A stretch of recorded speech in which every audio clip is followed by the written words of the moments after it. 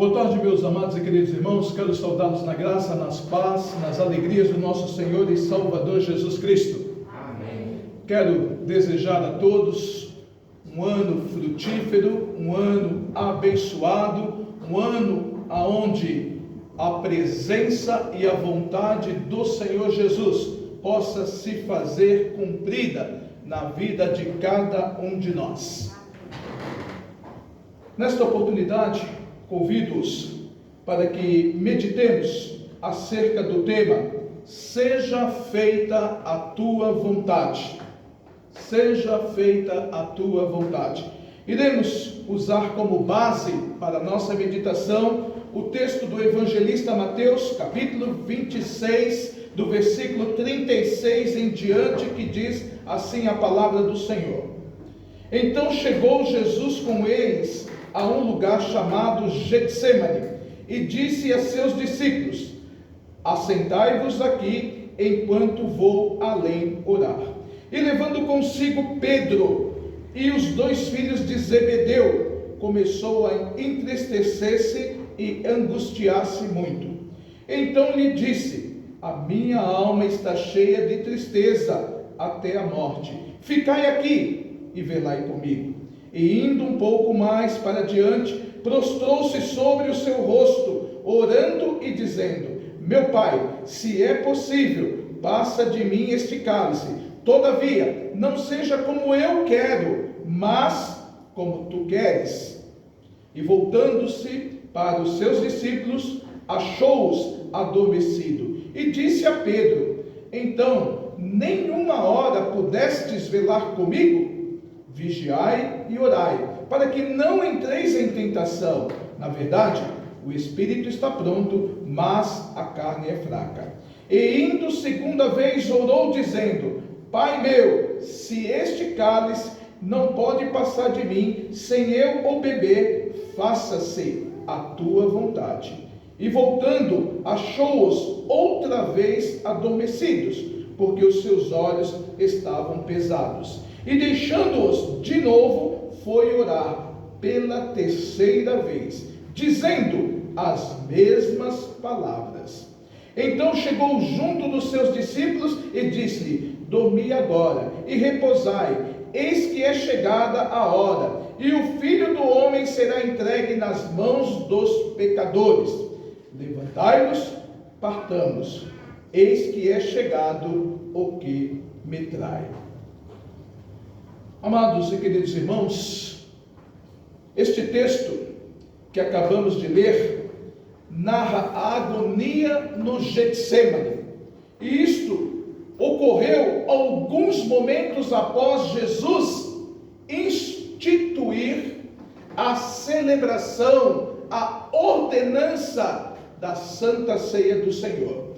Estes versículos descrevem o que é geralmente chamado de a paixão de Cristo.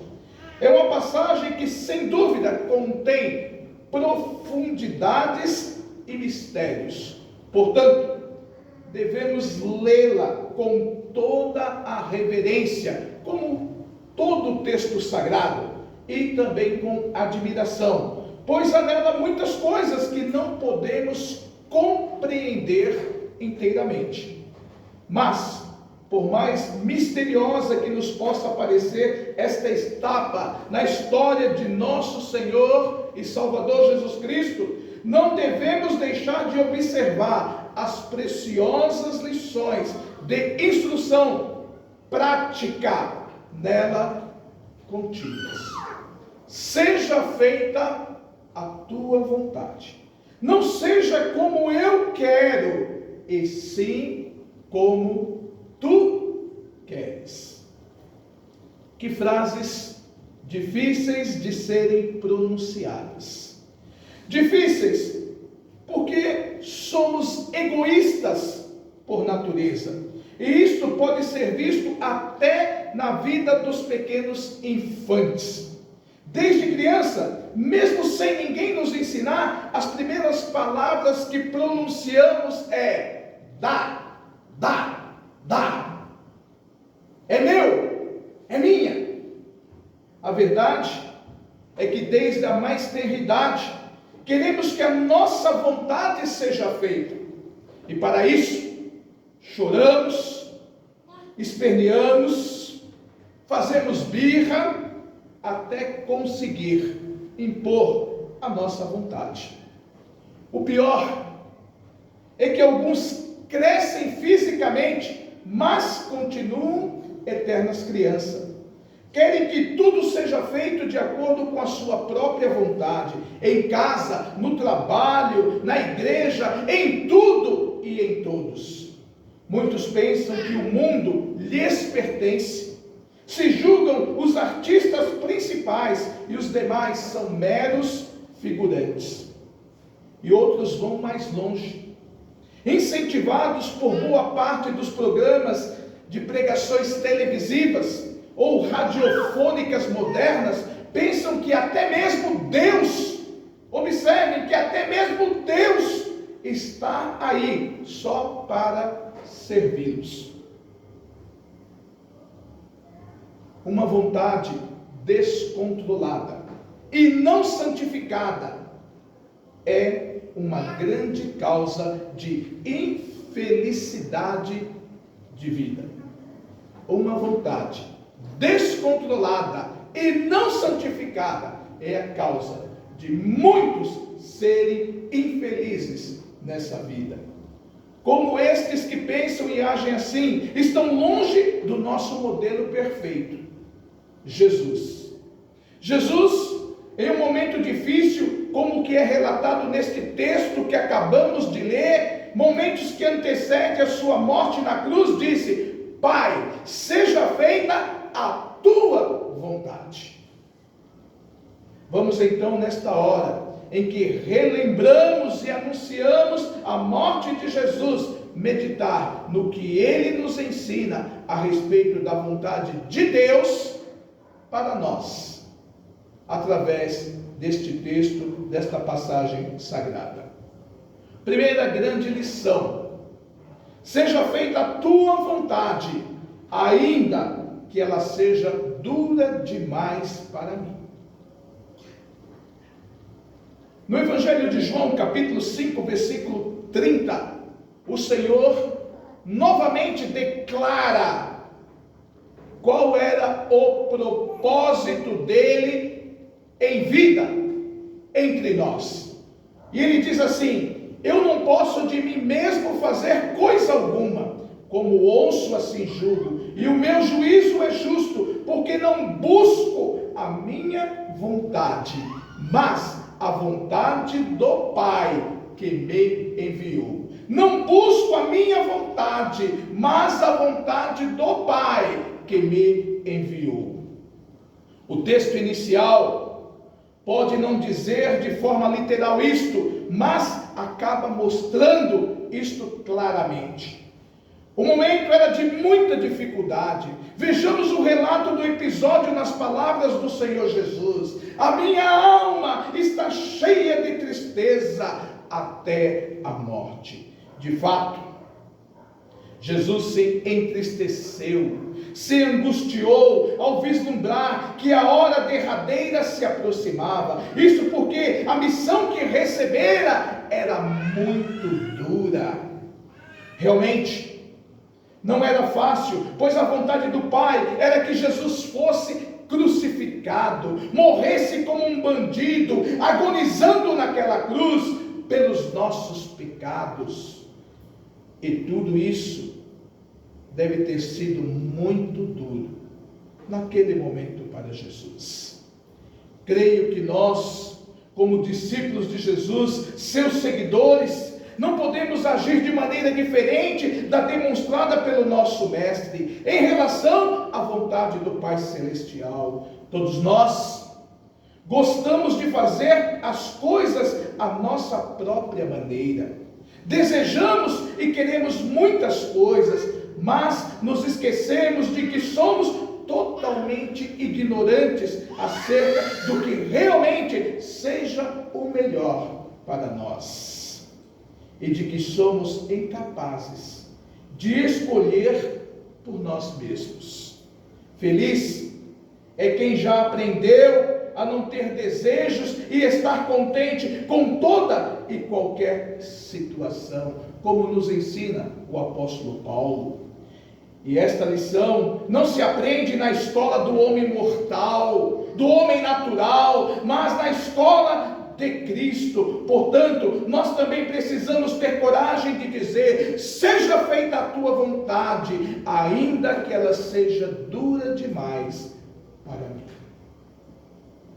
A segunda preciosa lição que aprendemos através deste texto é: seja feita a tua vontade, ainda que eu não a deseje.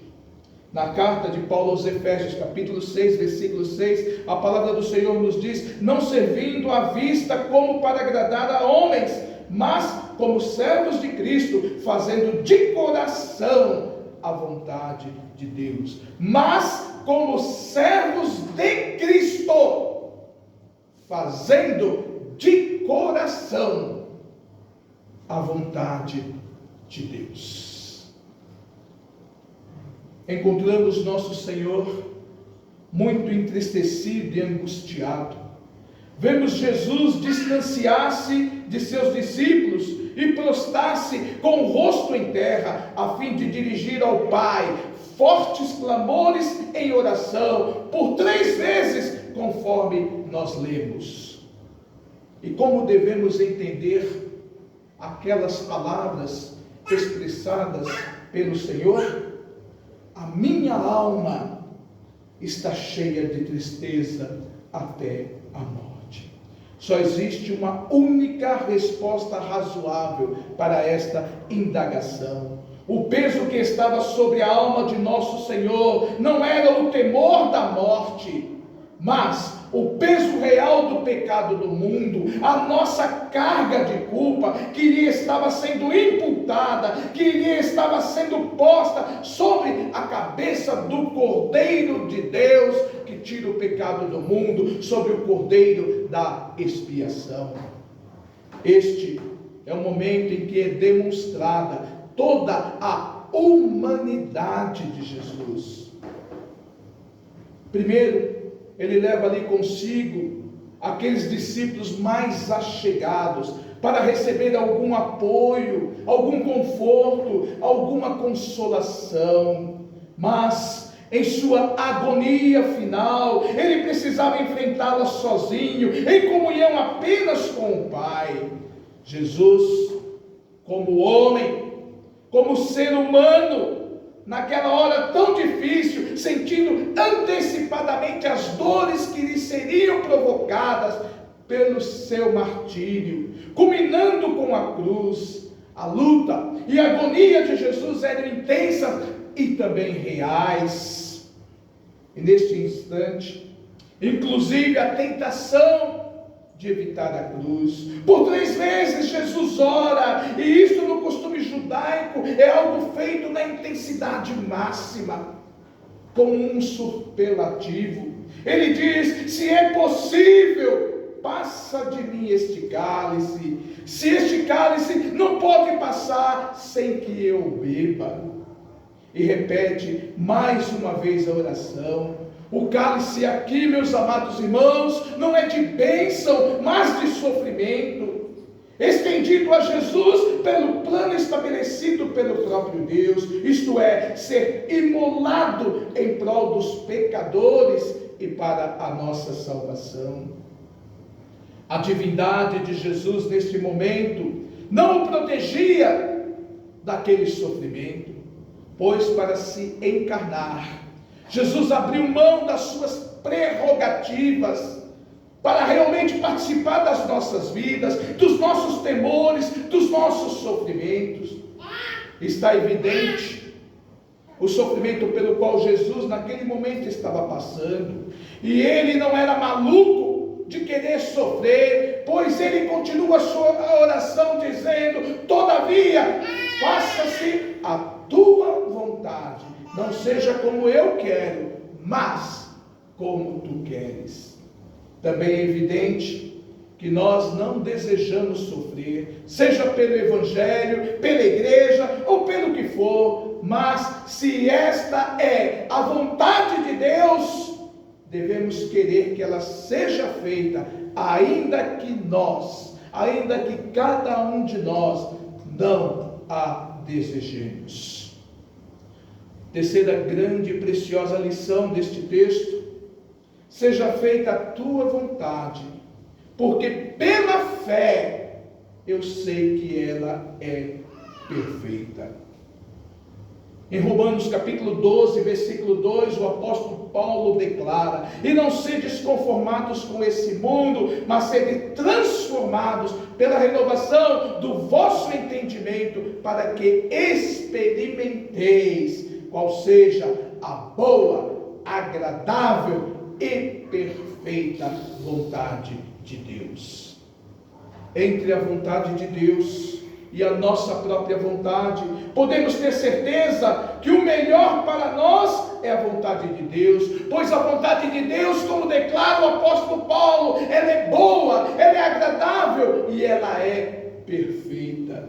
A vontade de Deus é o melhor para o reino de Deus, do qual fazemos parte.